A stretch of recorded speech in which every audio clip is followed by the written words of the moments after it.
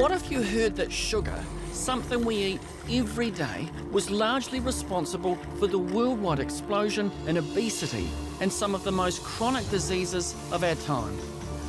And what if you heard that sugar is addictive, and yet it's added to way more food products than you ever imagined? Would you think that was just alarmist bollocks?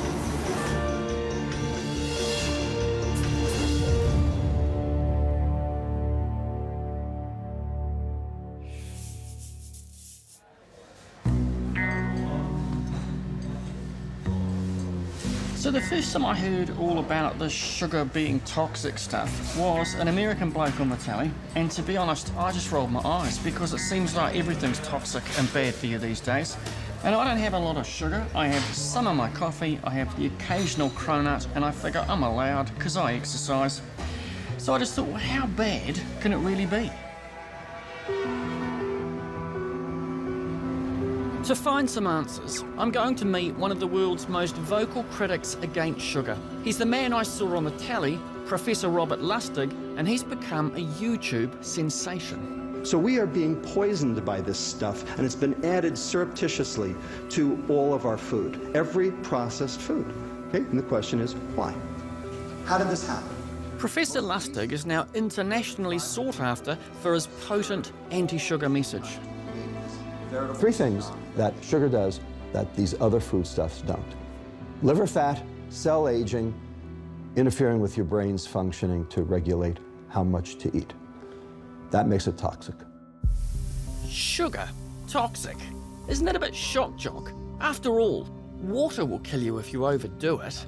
Dr. Lustig goes even further. He compares sugar with one of the most toxic substances out there. It's not the nicotine that's toxic, it's the tars that are toxic. The whole cigarette is toxic. Professor Lustig, are you saying that the standard of evidence for the toxicity of sugar and the disease-causing effects of sugar are the same as for tobacco? Absolutely. How is it that people are still lagging behind in terms of their understanding of the disease-causing effect of sugar? Nigel, why do you think I'm sitting down talking to you? Because your viewers need to understand that what they've been told, what they've been sold for the last 40 years is a bill of goods that has been designed specifically to make money for the food industry and to hurt them. It's time to change the paradigm.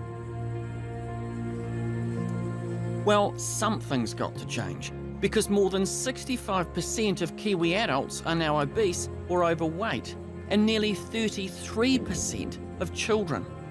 And as I look around, I'm now wondering how much is sugar implicated in all of this? So the first question is, how much sugar do you need? And the answer is 0. There are no biological processes in the body that require dietary sugar. Your liver has a capacity to metabolize a finite amount. A little is okay, a lot is not. When you overwhelm your liver's capacity to metabolize it, you get in trouble. And that is what we are seeing. And he reckons that's because sugar is being slipped into everyday food without us knowing it.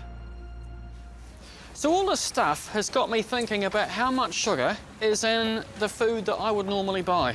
So I've come here to a typical supermarket so I can have a look.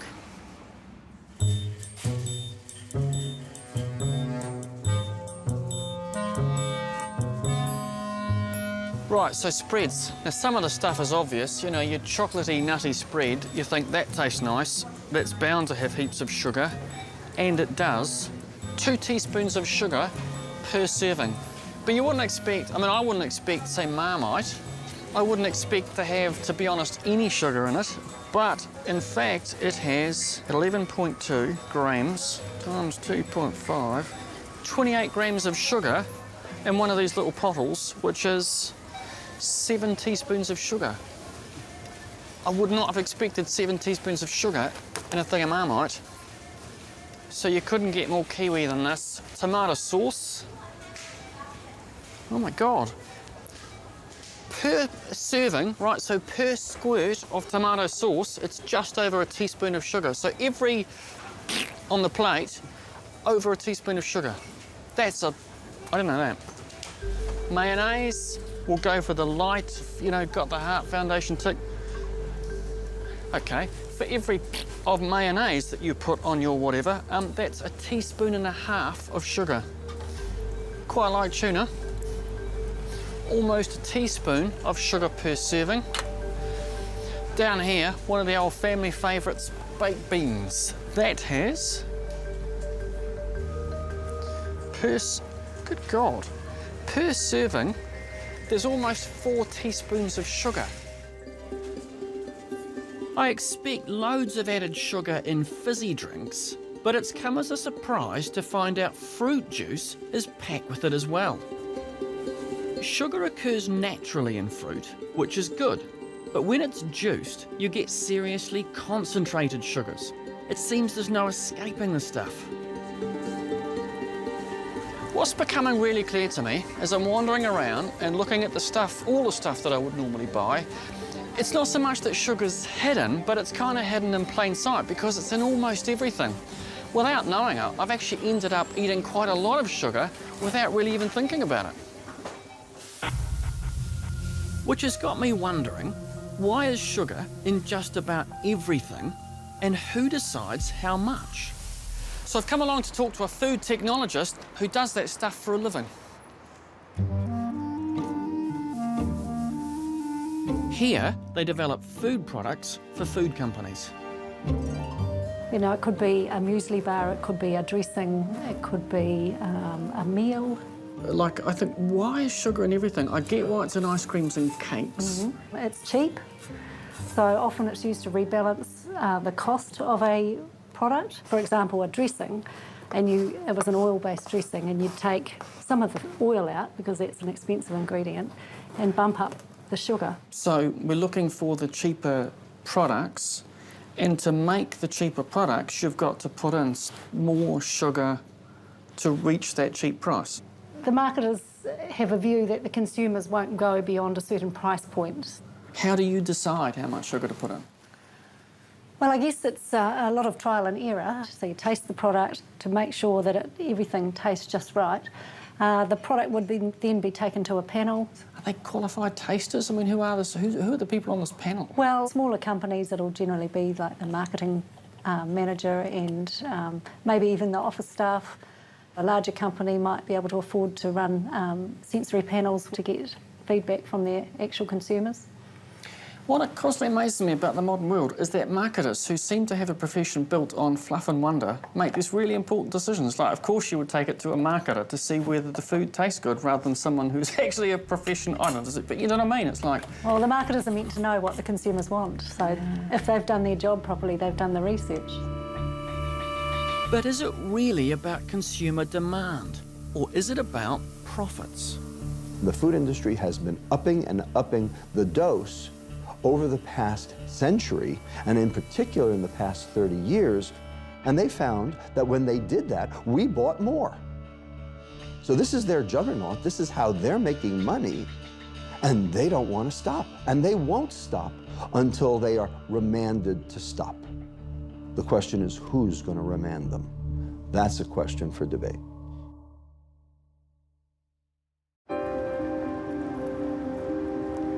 I'm discovering that sugar is in just about everything we eat. But when it comes to my own food and lifestyle, I like to think I choose healthy options. This would pretty much be how I would start most mornings. It's a coffee, bit of a plunger. Go with the one sugar, not a lot of sugar. Low-fat milk, because that's what I've always thought you're supposed to have. That's followed with muesli. Nice fibre and oats and all that sort of stuff in it. And I kind of feel like I'm doing all of the right things. So, yeah, I feel like I can eat breakfast with a fairly clear conscience, really. I also take my exercise fairly seriously. About 20 kgs of books, made up with another 15 kgs of rocks. And who needs a gym? You just gotta get a bunch of heavy stuff and apply it to a hill. Crack on.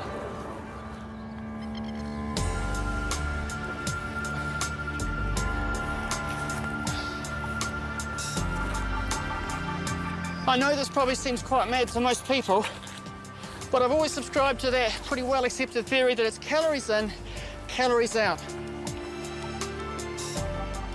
and I like sweet stuff, so if I do this, then I can have my treats. Always cheap. Let me just walk you through the nutritional goodness that is my normal Friday night. First off, we have the Grand Angus Diet Coke, so that's good. This is one of, I think, the crowning achievements of human civilization. It's the crunchy McFlurry. Ooh, look at that. Yeah, I know, but it's only on Friday nights. The rest of the time, I think I'm pretty careful about sugar. But what about us as a nation?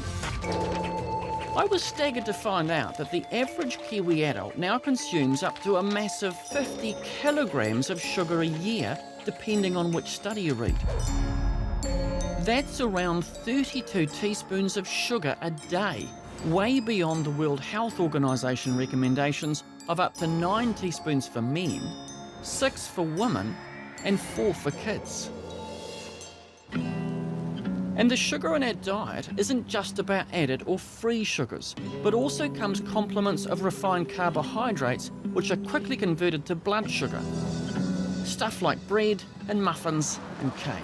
Could I have one of those lovely cronuts, please, with the almond shavings on top? All that stuff that's cheap and tastes really good. Maybe too good. Angela is your professional, young, life-on-the-run Aucklander. She shops, doesn't exercise, and she is a sugar fiend. Sunday morning, and I'm just having a bit of a snack. Carbs and sugar is essentially my entire diet. So, because I'm not very domesticated, I chose the working life. Yeah. I usually have takeaways 3 times a day. So 3 times a day you would have takeaways? Yeah. What are you eating? A burrito, but there's not enough sour cream. Where can I go that I don't have to cook, that I don't have to do dishes, that doesn't cost me that much? KFC, Burger King, McDonald's. I don't know, it's sort of normal for me. Why mini jar? So I eat pretty consistently throughout the day. I'll keep lollies by my desk. And I'm going to show you my stash that I keep next to my bed, and it's literally within arm's length. And it's actually not that much. It's a lot less than what I usually have. Now, at the risk of sounding like the crazy girl on the street that comes up and accosts you about your sugar use, do you ever think of yourself as perhaps being a bit of a sugar addict? I want to say no, but I think it's pretty obvious. Yeah, definitely. I don't know, I think I don't drink, I've never been drunk, I don't smoke, I've never done drugs or anything like that, and I think I'm allowed to have one thing that I'm kind of hopelessly addicted to, I guess, yeah, and sugar's it for me.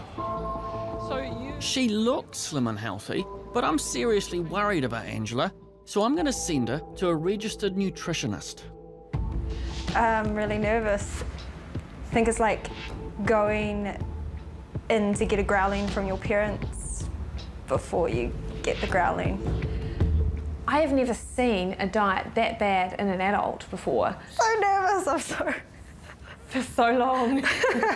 I'm actually like freaking my nails. Okay, that's not good. People in your circumstances tend to feel like they're bulletproof.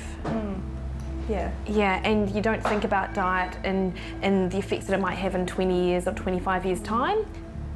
If you keep going down this track in terms of your diet, you're only really inviting those chronic illnesses that you keep hearing about. Yeah, I don't know how I feel about that. Yeah. A serious reality check. Because if Angela keeps this diet up, she could well join the estimated 250,000 Kiwis who are currently diabetic. Here at Middlemore Hospital in South Auckland, they're dealing with the fallout.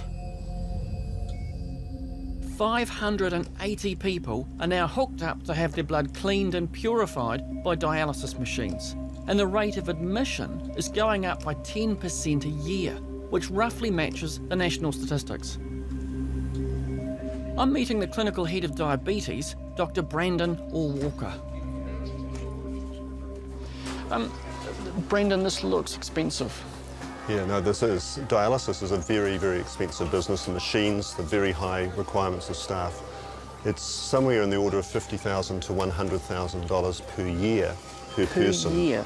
And that's the dialysis costs. Many of these patients, because of their kidney disease, for those that have got diabetes and other problems, have additional costs to do with the poor blood flow to their feet, problems with their heart, vision and so forth. And so there'll be other direct health costs. But even above that, there is the cost that many of these people are people who could be working, who are now having to interrupt their lives to be stuck on a machine. So it has indirect costs which are far, far greater. It's a huge burden on the health system.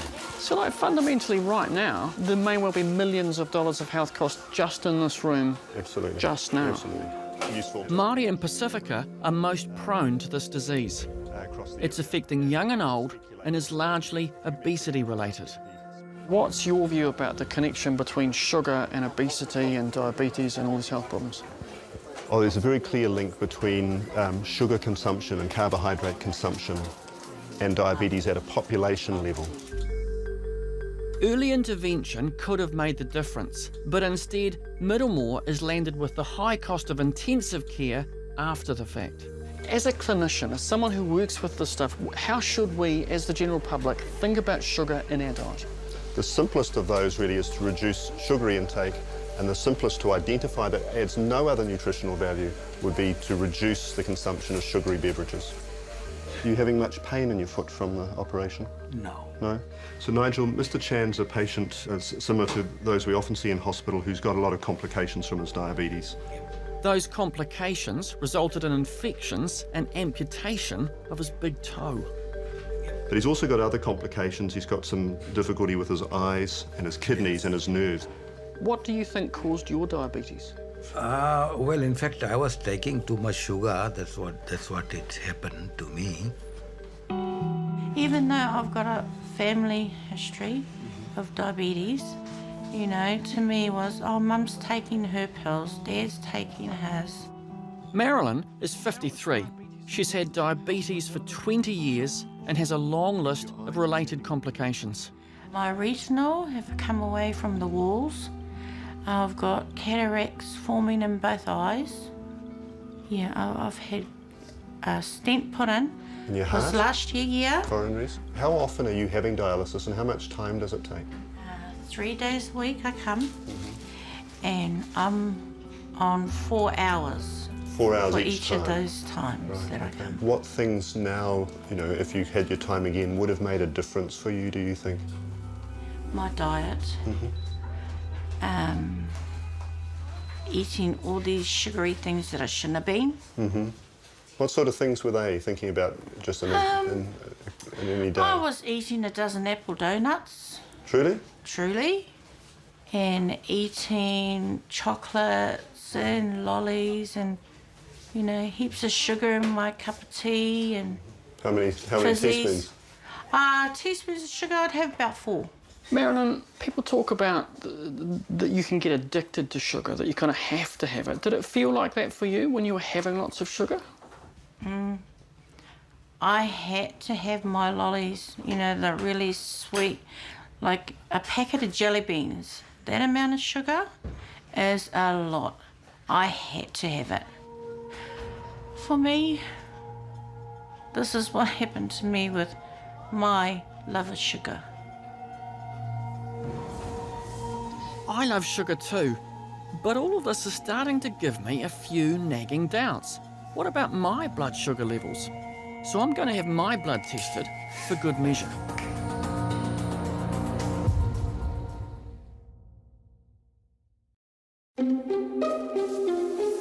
Sugar is strongly implicated in the worldwide obesity explosion and obesity-related diseases. For my part though, I reckon I'm pretty sensible about food and exercise. So just quietly, I'll be pretty confident that I'm doing all right in terms of the health stuff and the diet stuff, but I've had a blood test and I've kept a food diary for a couple of weeks. And I've come for an appointment with Dr. Mickey Willardin, the registered nutritionist, to see how I'm doing. Well, I've got your results, Nigel. Right. Yeah. I don't think you're going to like what I've got to say. Oh dear. Actually. Really? Yeah. I mean, it's not drastically terrible deathbed stuff. That's good. Yeah, but actually, it's not something to be taken too lightly. Okay. Yeah, so the ones which I'm concerned about are in fact your triglycerides.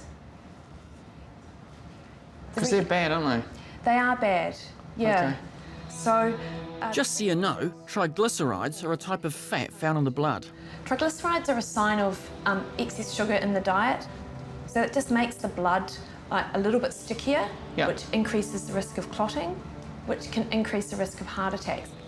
And the bad news just keeps coming. The recommended level from the National Heart Foundation would be that you'd have them below 1.7 Yep. millimoles per litre, and yours are actually at 2.4. That seems quite high. It is actually quite high. Yeah, Okay. Yeah. You know, you look fairly fit and fairly lean, but that doesn't necessarily mean you're not at risk of inflammation and heart disease. That was unexpected and, to be honest, quite shocking, because I thought this would just be the, oh, yep, you're great, you've got an outstanding diet, and instead I discover that actually I've got my diet and my blood results are actually quite concerning. And it's like, I'm 46, I shouldn't have concerning blood results at this point. So, yeah, like, it's suddenly become less a bit of a tally doddle, and I'm thinking, shit, I need to really seriously change some things in my diet and look at what I'm eating. It seems like everything I've been led to believe about eating may well be wrong. But why is sugar suddenly the bad guy? All of my life, I've believed that old dietary line that it's about fat. So you eat low fat, which means you eat less fat, which means you don't get fat. The low-fat revolution really took hold in the 70s and 80s as alarm grew over heart disease. The family roast with its natural saturated fats was out, and low fat was in. When they took the fat out of the food tasted like cardboard. Food industry knew that. Had to do something. So what'd they do? Dump in the sugar. And not just that, low fat didn't make us any thinner. In fact, just the opposite. We've got steadily fatter and unhealthier as the sugar in our diet has increased. So that's it. High sugar's out for me. Refined carbohydrates are getting the heave as well. At Nelson Hospital, they directly implicate the white stuff with another incredibly serious health risk.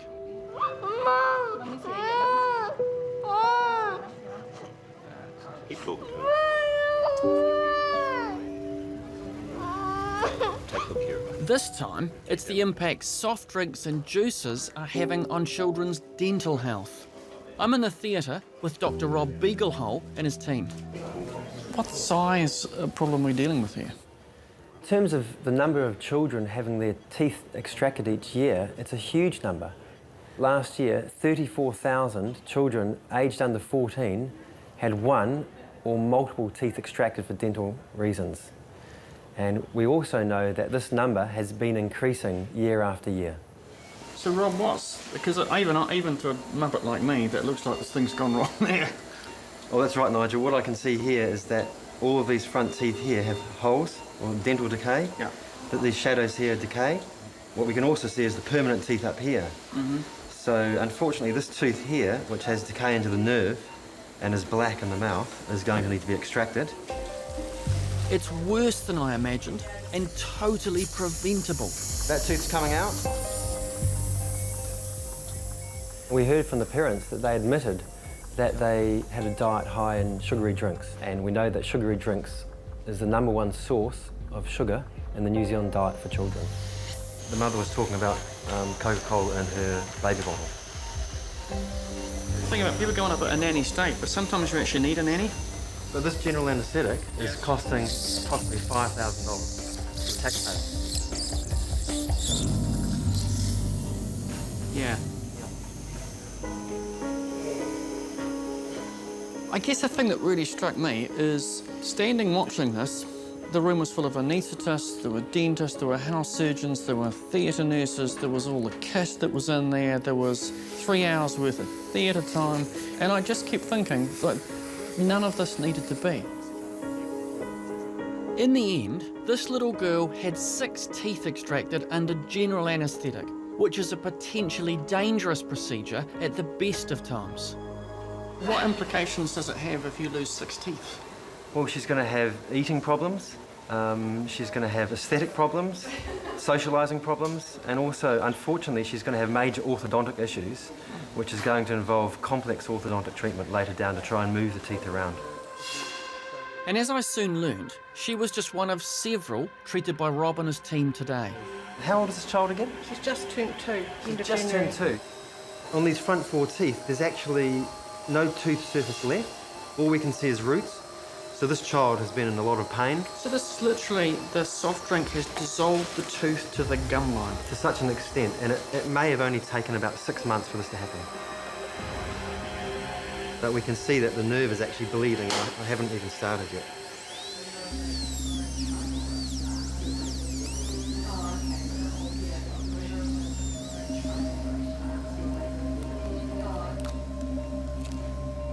As a parent, this is excruciating to watch.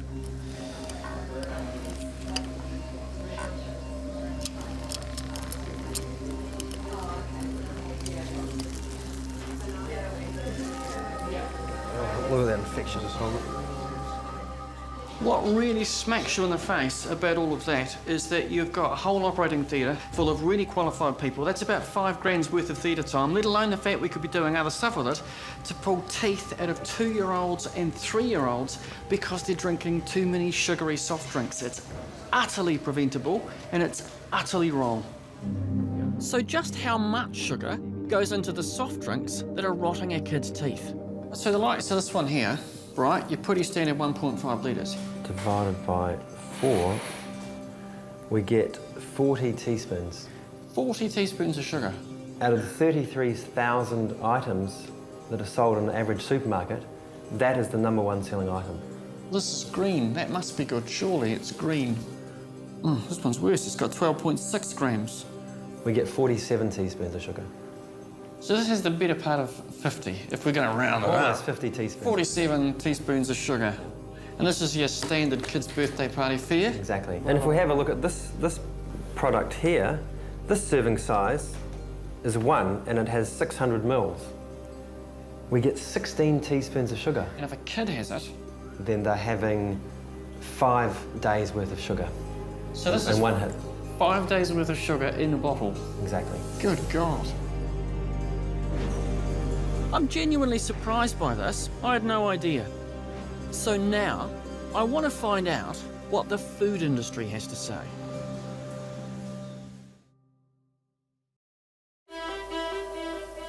In discovering just how much sugar we all consume, I've made some quite big changes to my own life. I've been following my nutritionist, Mickey Willardon's advice, for the last 2 months, and now I've come back to see whether that advice has had any impact on my previously dangerously high triglyceride levels. All right, Mickey, so a couple of months in, what did the blood show? Well, Nige, you've got some really good results from it. So your triglycerides, last time that we spoke, they were up at about 2.4, and they've dropped down to 1.5, which is great. That's good. Really good. Because those previously high fat levels in my blood could lead to strokes and heart attacks. And there's more good news.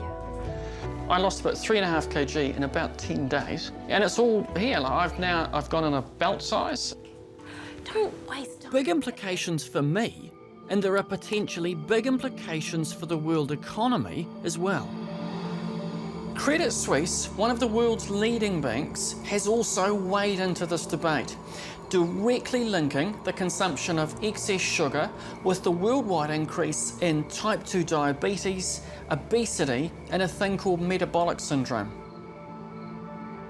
Metabolic syndrome includes high blood pressure, high blood sugar, excess cholesterol, and body fat, all of which increase your risk of heart disease, stroke, and diabetes, and brought on in large part, Credit Suisse claims, by too much sugar. They surveyed GPs in Europe, Asia, and the US and 90% of them believed that that was the case. Food industry doesn't want to hear this. This is anathema to them. So what do you think they're going to say? Shonky science, lousy, poorly done. Who's this American? We don't believe it. We're going to keep doing what we're doing.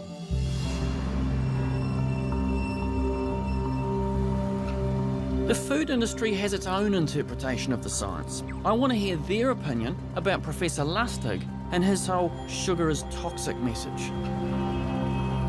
I think Robert Lustig exaggerates the role of sugar. I think a lot of his comments are melodramatic. Some of his comments have been called hysterical. And so when you look at the comments from a number of well-respected academics in New Zealand and around the world, they'll say, look, he's raising the issue about consuming too much sugar, but to say sugar is toxic and sugar is a poison as a standalone statement is patently untrue. Maybe, but sugar is heavily implicated in bad health outcomes. So why not price it out of easy reach? Why not introduce a sugar tax? Nowhere in the world has a soda tax made a big difference to obesity, or fat taxes made a big difference to obesity. Because the issue is, it's not the sugar or the fat, it's everything. It's eating too much and not getting enough exercise. I think it's interesting with regard to sugar, in particular soft drinks, that they are often cheaper on a per litre basis than water is delivered to the same place. And I think we could redress that by having something in the cost structure. And industry haven't done that themselves. They've actually priced the water as being more expensive. Yeah, it's interesting. They say, oh no, price won't make any difference. Yeah, well, it's interesting that price seems to be very relevant for the constituency that are drinking the most of this stuff. And it's typically children, often poorer people. The food industry argues that a sugar tax would only bump up the price of food and hurt those who can least afford it. But the New Zealand Medical Journal has published research saying a 20% tax on soda drinks would not only save lives, but generate millions in revenue for health programs. Part of learning to be an adult is navigating your way around all those choices, because the choices you make will have an impact on your life. The government can't make you go for a walk around the block. Completely agree. The government can't decide what you want to put in your supermarket trolley. And I don't want to live in a country where the government has that kind of control. When we're talking about people making better choices around nutrition and taking more responsibility, how difficult is that in light of the very skillful, focused and effective marketing campaigns that the people selling this stuff do? Let's not pretend for 1 second that any marketing campaign can force you to take something off the shelf and put it into your trolley. It still comes down to personal choice and understanding how important moderate eating is. But the psychologist in me, and I can't help being one, says that they are very good at influencing our behaviour. I mean, so I guess what I'm asking is, in the context of... I have a different view. I think advertising campaigns give me the information that I need as a consumer, but I'll decide what to put in my trolley. It's all very well to talk about personal responsibility, but how's this for a little bit of persuasion? I've just been to the supermarket and bought 3 1.5 litre bottles of soft drink for $6. $6. And a lot of the people that I've been talking to say they feel there's little or no personal choice in it because they're addicted or at the very least habituated to sugar. So isn't it time the food industry stepped up and took more responsibility? Ultimately, the food industry doesn't care what they sell you, as long as they sell you. As long as their profits are untouched, they'll sell you anything you want. And I'm not against the food industry making money. I am against the food industry making money by selling things that hurt people. So it has to be government level and it has to be across the board because... I don't see any way around it. I don't see how government can stay out of it. Because how can the food industry work in concert without governmental leadership?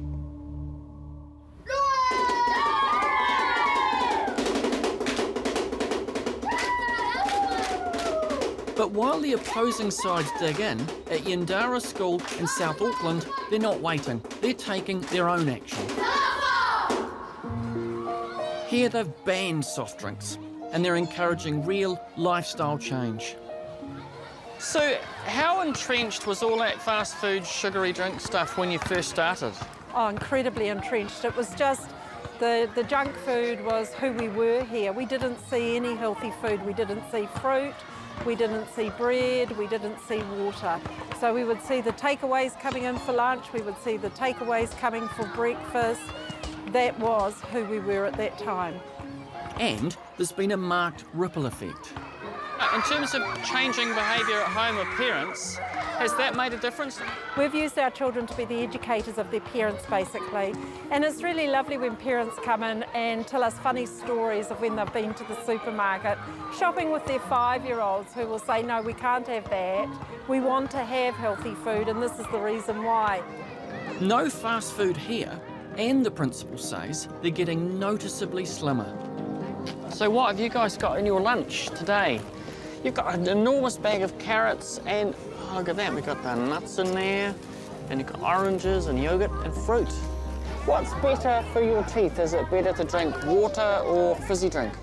Water. Aha. Water makes you better. Yes, it does. Water makes you better. And you go toilet. And you... Yes, that's true. So here's the thing. Clearly what ENDEVR School's achieved is remarkable. They've changed the way that their kids eat, and because of that, they've reduced the amount of obesity in the school. Who likes cucumber? Oh, the kids are better in class, their families are changing, and it's changing the wider community as well. It's all very well to talk about personal responsibility, and a lot of people think that's just people should sort stuff out for themselves. The truth is that that's not how you change behaviour. The psychology of how you change behaviour is you need leadership, and you need focus, and you need follow-up, and you need people to steer the process. It's what the team at ENDEVR School have done, and it works.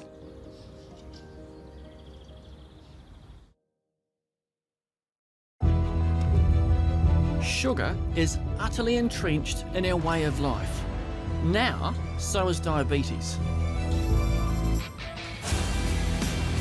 It's one of the greatest health crises we currently face. Every day, it's estimated another 50 Kiwis are becoming diabetic. Every country on the planet has seen an uptick in obesity. But worse yet, we have seen an uptick in diabetes that actually outclasses the increase in obesity.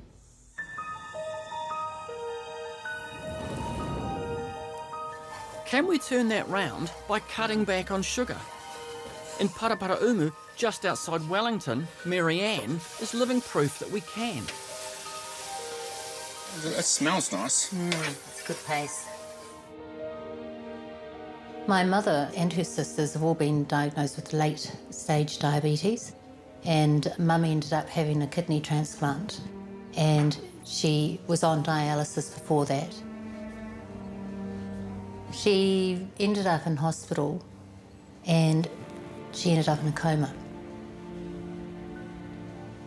So you saw diabetes take your mum's life, and then you were told that you were pre-diabetic, so that must have been pretty crushing.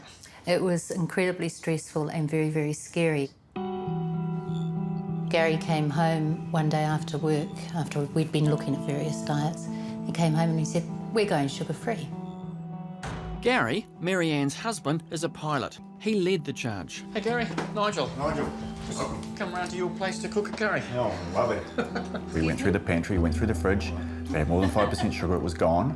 We found dextrose or glucose was our sugar substitute, and then started eating real food. How easy was it to give up sugar? Because did you miss it? Oh, that first couple of weeks was, probably the first 4 days were the worst. It smells really nice. Part of me thinks this is fantastic because it's really simple. But where does this fit in terms of all the sugar stuff? The curry paste that we use have got less than 1 gram of sugar per 100 grams. Right. And we advocate with sugar-free cooking that it's not actually sugar-free, but it's within 4 grams per 100. So you're not like a total zealot, like you don't treat it like it's just toxic. You'll still have a little bit in there. Yes. But you just keep it at that lower end. That's correct. That simple choice has had a profound effect on Marianne's life and health. What difference has it made for you in terms of the physiology? It's made 18 kilos difference to me. And what about the diabetes? What's happened with that? It's gone. I'm not pre-diabetic now, so that's excellent. So I have absolutely no risk of being diabetic, apparently. What was your life like before you got rid of sugar? Like, what were you like then? I was big. Really big. My peak got 106. And now? 72 and a half. That's quite a significant drop. Yeah, it's 25% of my body weight. It does make me angry because I shouldn't have got pre-diabetic. My mother shouldn't probably have died of diabetes. And it makes me mad they could have avoided it if we didn't have sugar in our lives. There seems to be this really lovely looking... That's Gary's berry fat bomb. It's got no sugar at all. That's really nice. It tastes like it should be really evil. So you don't actually have to become this sort of soulless, joyless, nice stuff-less life. You can all still have really nice things. Mm-hmm. The results speak for themselves. Here are Gary and Marianne enjoying good food and good health in large part by cutting right back on sugar. When I started this journey, I thought I was doing all right. Moderation in all things, you know. A bit of sugar to go with the exercise. Turns out, I was far from all right. My blood count was too high in the fats that cause strokes and heart attacks. I discovered that our sugar-rich diet and the volumes of soft drinks we're swilling is tipping us into a crippling health crisis. Kids are coming into the hospital having their teeth out in record numbers.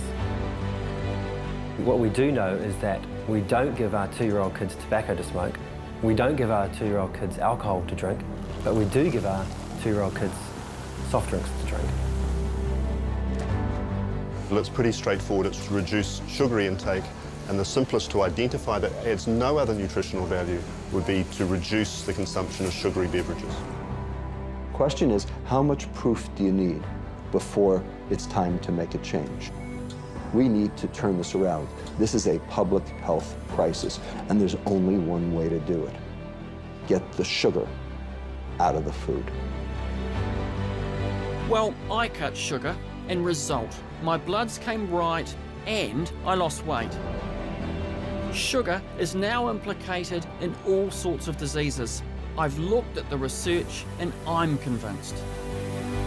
Sure, big portion sizes, processed foods and a lack of exercise also contribute. But we can't force people to exercise. We can do something about reducing sugar. If we don't, the burden on our healthcare system doesn't bear thinking about.